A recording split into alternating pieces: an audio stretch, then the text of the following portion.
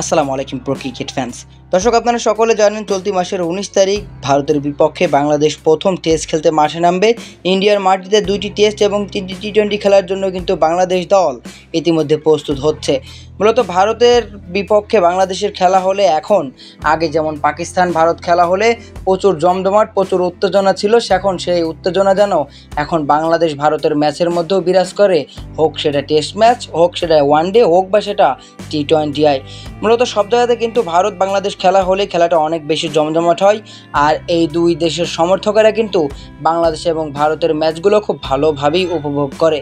তবে বাংলাদেশ এবারের সফরে কিন্তু ভারত যাচ্ছে 2টি টেস্ট এবং 3টি টি-20 খেলার জন্য।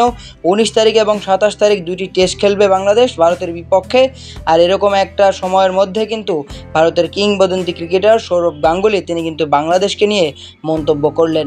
কেননা এই বাংলাদেশ কিন্তু কিছুদিন আগে পাকিস্তানের ঘরের মাঠে পাকিস্তানকে হোয়াইট ওয়াশ করে এসেছে, তো সেজন্য কিন্তু বাংলাদেশকে নিয়ে একটু হলেও ভয় আছে তাদের ভিতরে। তবে তিনি যা বললেন সেটাই আমরা একটু দেখি।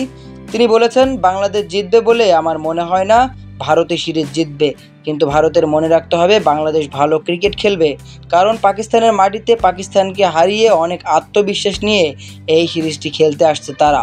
মূলত সৌরভ গাঙ্গুলি তার ভারতীয় দলের ক্রিকেটারদের কিন্তু আত্মবিশ্বাস দিয়েছেন, যে বলছেন তিনি বাংলাদেশ জিতবে না, মনে হয় ভারতই জিতবে। কিন্তু তার খেলোয়াড়দের কিন্তু তিনি এটাও মনে করিয়ে দিলেন যে তাদের মনে রাখতে হবে তারা কিন্তু ভালো ক্রিকেট খেলছে, কেননা তারা পাকিস্তানের ঘরের মাঠে পাকিস্তানকে হারিয়ে কিন্তু এই সিরিজটি খেলতে আসছে। তো দর্শক, সৌরভ গাঙ্গুলির এই কথাটি আপনি কীভাবে নিচ্ছেন অবশ্যই জানিয়ে দিতে পারেন আমাদের ভিডিওর কমেন্ট বক্সে।